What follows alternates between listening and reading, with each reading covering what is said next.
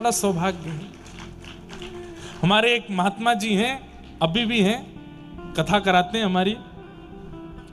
वो एक बहुत अच्छी बात कहते हैं, बोलो जीवन कैसा है, जैसा बना लो वैसा है। आप जैसे चाहो वैसा आपका जीवन हो जाता, बस समर्पित हो जाइए ठाकुर जी पे। बहुत नेगेटिविटी मत रखा कीजिए दिमाग में।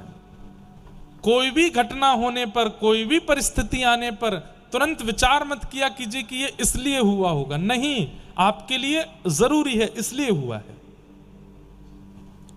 ऐसा सोच के जी लीजिए। चार्थे स्वविज्ञ स्वराट तेने ब्रह्म हृदय आदि कवये मुह्यन्ति यत् सूरय तेजो वारि मृदाम यथा विनिमयो यत्र त्रिशर्गो मृषा धाम्ना स्वेन सदा निरस्तकुहकम्